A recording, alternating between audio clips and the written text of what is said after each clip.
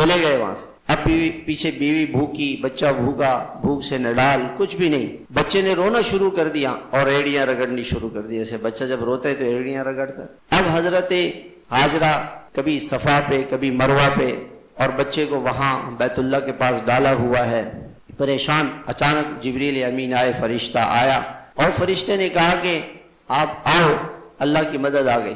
اور جہاں ابراہیم علیہ السلام، حضرت اسماعیل علیہ السلام ایسے پیر رگڑ رہے تھے، وہاں پہ پر مارا. اللہ نے وہاں سے پانی کا چشمہ جاری کر دیا کہ یہ پانی پیو، بھوک میں بھوک مٹ جائے گی، پیاس میں پیاس مٹ جائے گی، غم میں غم ختم ہوگا. زمزم کا پانی جس نیت سے پیے گا اللہ تعالیٰ اس کے اندر وہی اللہ تعالیٰ اس کا وہ کام کر دیں گے. زمزم کے پینے سے پہلے، زمزم پیتے ہوئے، زمزم کے بعد جو دعا مانگے گا وہ قبول ہو جائے گی. اور وہ دنیا کا ایسا چشمہ ہے کہ دنیا میں کسی چشمے کا پانی اتنا نہیں پیا جاتا. 25 لاکھ حجاج کرام اور 60 70 80 لاکھ 1 کروڑ کے قریب عمرہ کرنے والے اور وہاں کے رہنے والے، دن رات وہ پانی چل رہا ہے اور وہ ختم نہیں ہو رہا.